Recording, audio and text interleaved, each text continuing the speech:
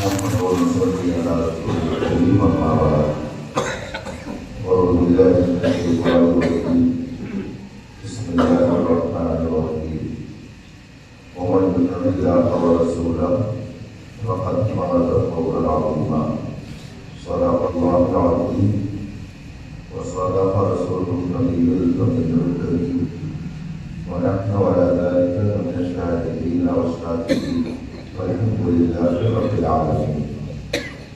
رب العالمين مقام عالم وراء رسول کریم صلی اللہ علیہ وسلم بارگاہ فضل میں درود و سلام کا نذرانہ عقیدت پیش کریں اور پڑھیں. اللہم صل علی سیدنا مولانا محمد وعلی کرام اجمعین. عزیز مولانا اشرار کی بہت گزارش پر بڑی تیزی سے میں مدرسے سے بڑھا ہوا رہا. 2-4 منٹ باقی ہے. اللہ تبارک و تعالیٰ محمود کے سبتے میں ہم سب کے ایمان کی جان و مال کی عزت و آبرو کی حفاظت فرمائے. حضرات، اس وقت اہل اسلام جن حالات سے گزر رہے ہیں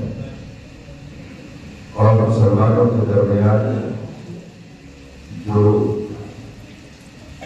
ناگفتہ ہوئے حالات پیدا کیے جا رہے ہیں، آپ سب اس سے آگاہ ہیں. اسلام کی بنیادی عقائد سے لے کر اسلام کی تہذیب، اسلام کی نشانی تک ختم کرنے کی اسلام دشمن طاقت و امتحان دی. ہندوستان بھر کا سفر ہوتا ہی رہتا ہے اور اسی نتیجے میں آپ لوگوں سے بہت تھوڑی دیر میں ملاقات ہوتی ہے. جانتے ہوئے جانے کا اتفاق ہوتا ہے. لوگوں کے مابین جو مسائل ہیں تقریباً پورے ملک میں ایک جیسے. مثلاً اسلام کے جو بنیادی عقائد ہیں جن پر احکام اسلام کی بنیاد ہے، ان کو متزلزل ہی نہیں بلکہ ڈھانے کی پوری کوشش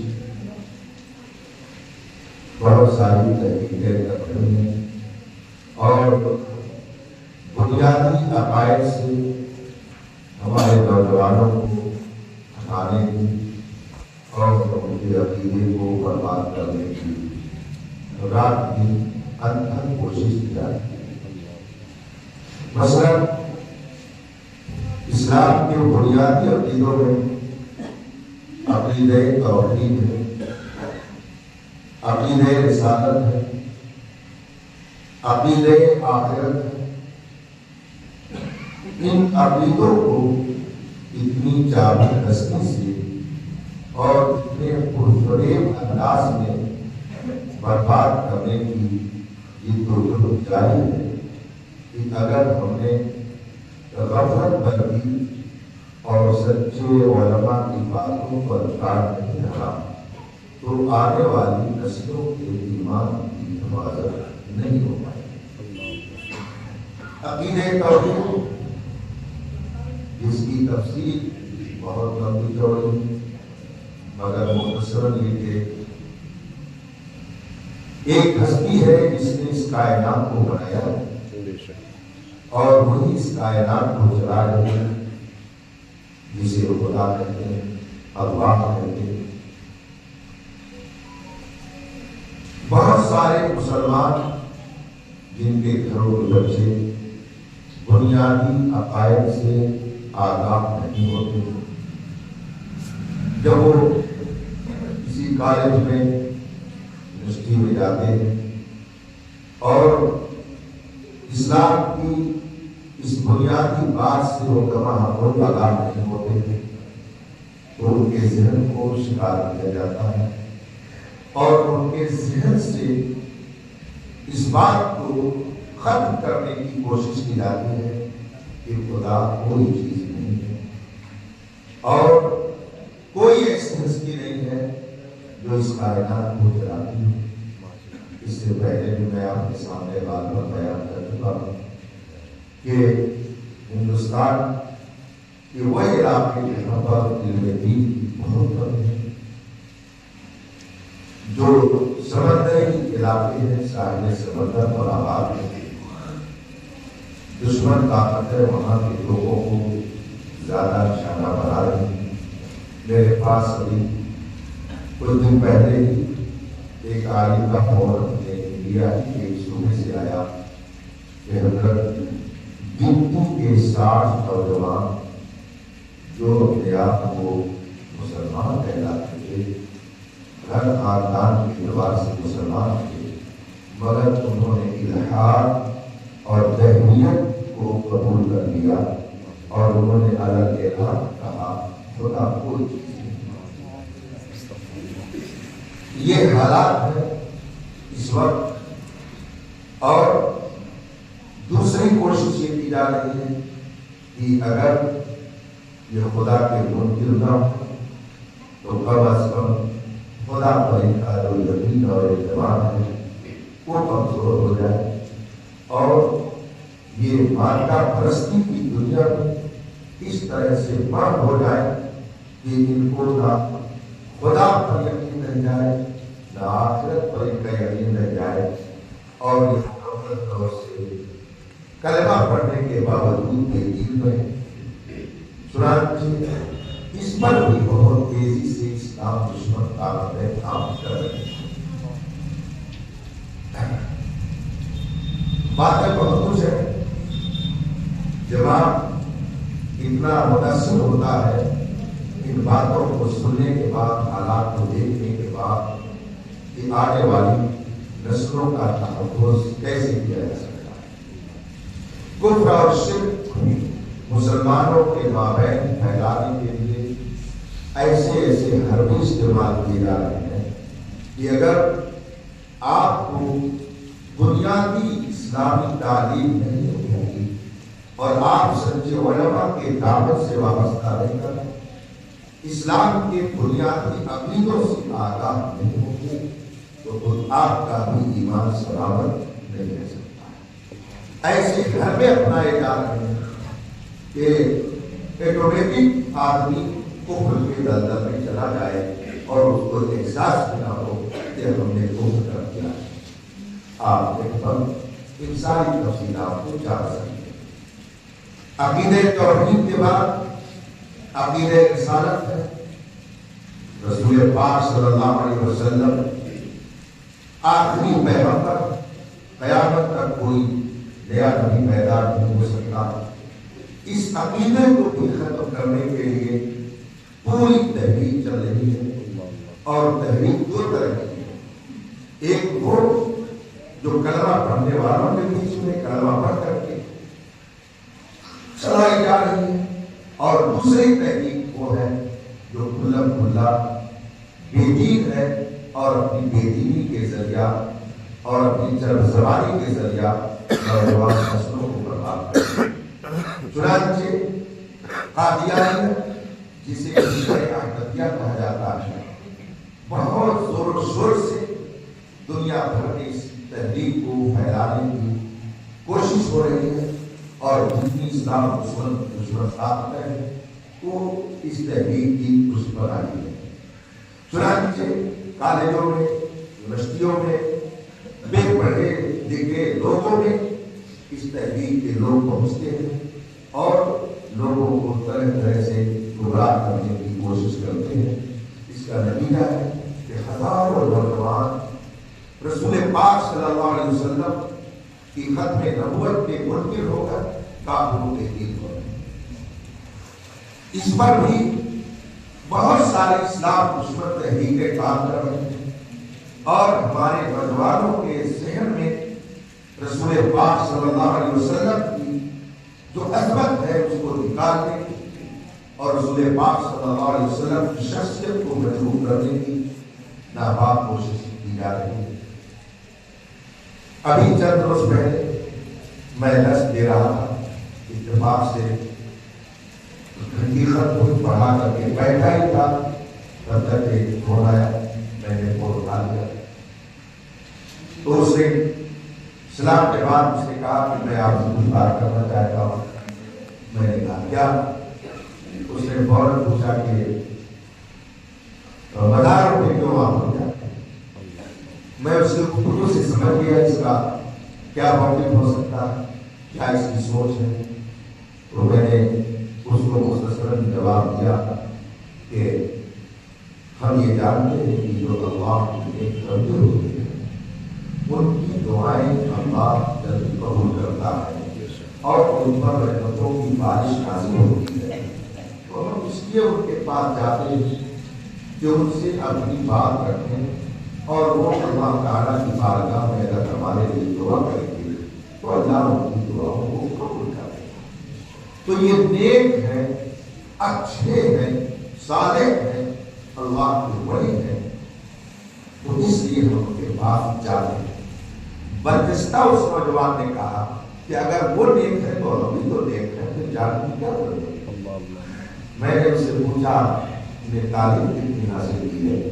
اس نے کہا کہ میں ہائی اسکول تک کا پڑھا ہوا ہوں۔ میں نے کہا کیا کر رہے ہیں؟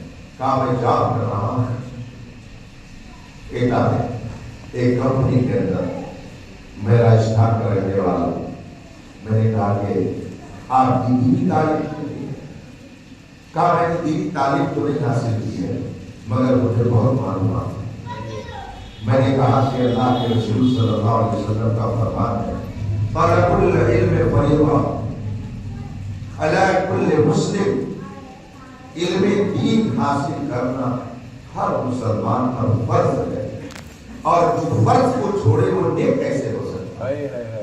آپ تو پہلا ہی فرض چھوڑے ہوئے ہو تو کیسے آپ نے اپنے آپ کو خواجہ غریب نواز سے برابر سمجھا؟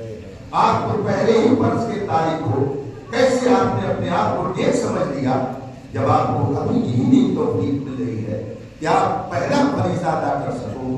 تو روزہ اور نماز کو آپ صحیح ڈھنگ سے کیا ادا کر پاتے ہوں گے؟ اور آپ کو کس نے یہ تصور دے دیا کہ ہمارا درجہ اور خواجہ غریب نواز کا درجہ ایک ہے؟ اس نوجوان کی یہ ذہن میں بات آئی کیسے؟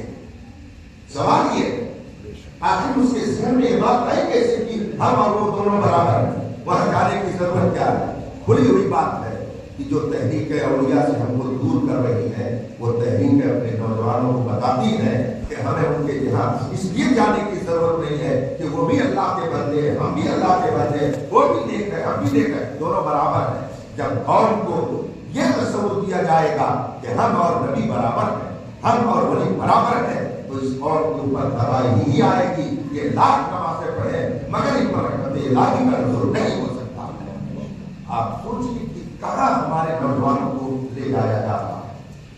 عقیدہ رسالت کو جو اللہ تبارک و تعالیٰ نے اپنے محبوب کے ذریعہ ہمیں عطا کیا ہے، اس عقیدے کو برباد کرنے کی تحریک کلمہ پڑھنے والوں کے درمیان بھی چل رہی ہے، جو کلمہ پڑھ کر کے رسول پاک صلی اللہ علیہ وسلم کی عظمت سے کھلواڑ کرنے کی کوشش کر رہی ہے، اور پھر اور بھی جو بنیادی عقائد ہیں ان عقائد کو ایک ایک کر کے نشانہ بنایا جا رہا ہے۔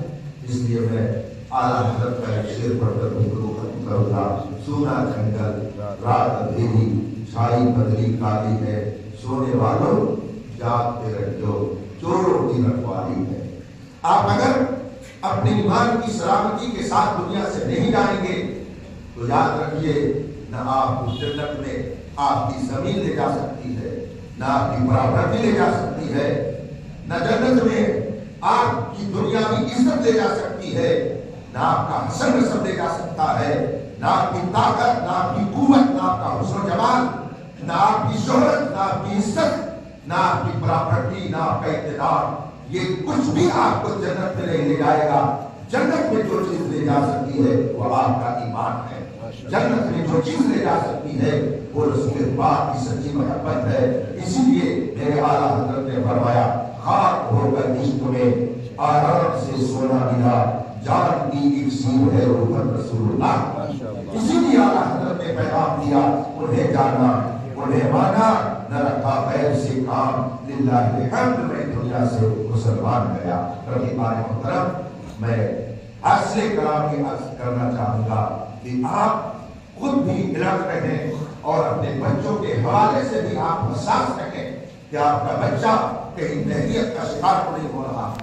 آج کل یوٹیوب اور چینل کے ذریعہ بہت ساری بے دینی پھیلانے کی تحریک چل رہی ہے اور نہ جانے کیسے کیسے ویل اپ ٹو ڈیٹ قسم کے لوگ اسلام کے اوپر گفتگو کرتے ہیں اور نوجوانوں کے صحت کو خراب کرتے ہیں. آپ بتائیے ایک شخص ڈاکٹر نہیں ہے اس کو کہہ دیا جائے چلو مریض کو انجیکشن لگاؤ, بتائیے وہ کیا کر سکتا ہے؟ اس کو ایزا ہی پہنچائے گا. اگر انجیکشن لگائے گا تو اس کو تکلیف پہنچائے گا, انجیکشن صحیح نہیں لگا سکتا ہے. اگر ایک شخص لائق نہیں ہے, وکیل نہیں ہے اور اسے کہا جائے کہ چلو تم سب تیار کرو, دستاویز تیار کر دو, تو دستاویز کو کیا تیار کرے گا؟ ایک انجینئر ہے, ڈاکٹر نہیں ہے, وہ نقشہ کو بہترین بنا سکتا ہے مگر وہ کسی مریض کو دوا نہیں دے سکتا ہے اگرچہ اس کے پاس علم ہے. لیکن عجب حال ہے کہ جو دین کی معلومات نہیں رکھتا ہے وہ دین کے بارے میں آ کر کے ٹی وی چینل پر قرآن و حدیث کا حوالہ دے دے کر کے لوگوں کو سمجھاتا ہے اور نوجوان ہمارا یہ سمجھتا ہے کہ یہ اس دین سمجھا رہے ہیں. یہ جو تم کو بلاتا ہے یہ ٹھگ ہے, مال ہی رکھے گا, ہائے مسافر کم میں نہ آنا, مت کیسی متوالی ہے. رفیقان محترم آپ جس دور سے گزر رہے ہیں نہ آپ کا عقیدہ محفوظ ہے, نہ آپ کا کلچر محفوظ ہے, نہ آپ کی تہذیب محفوظ ہے. ابھی چند سال پہلے تک ہم نے یہ لفظ سنا ہی نہیں تھا کہ مسلمانوں کے ہاں شادی کے موقع پر ہلدی رچائی جاتی ہے, مگر ابھی 8-10 سال سے یہ رسم بد, یہ بدعت قبیحہ, یہ بری حرکت, یہ بری رسم ہمارے نوجوانوں میں شرائط کر رہی ہے. اور ہمارے شوق میں شادی کے موقع پر نوجوان ایک ہی رنگ کے پیلے کپڑے پہنتے, ایک دن کے لیے ہزاروں روپے کا لباس سلواتے ہیں اور اس کو لے جا کر کے پورے دام میں ڈال دیتے ہیں. اور جب بات آتی ہے تو کہتے ہیں کیا بتائیں ہم لوگ بہت غریب ہیں, دین کی کیا مدد کریں, اسلام کی کیا مدد کریں. 5 روپیہ جمعہ کے روز مسجد میں دینے کے لیے بھی بہت سارے لوگوں کا کلیجہ بنتا ہے. 5 روپیہ دینے میں ان کے لیے بہت کچھ سوچنا پڑتا ہے اور حرام کاموں میں وہ ہزاروں روپیہ اگر خرچ کر دیتے ہیں تو انہیں احساس تک نہیں ہوتا. اور اس کے بعد کہیں گے رحمت الہی ہم سے روٹھی ہوئی ہے, ہم مارے جا رہے ہیں, ہم کاٹے جا رہے ہیں. ظاہر سی بات ہے کہ جب آپ وہ کام کریں گے جس کی وجہ سے رحمت الہی ہو جائے تو اس میں آپ ہی کا قصور ہے. اللہ تبارک و تعالیٰ ہم سب کی حفاظت فرمائے, ہماری بچوں کی حفاظت فرمائے, ہمارے نوجوانوں کی حفاظت فرمائے, ہمارے عقیدوں کی حفاظت فرمائے اور دنیا میں رہے تو رسول پاک کے وفادار بن کے رہے.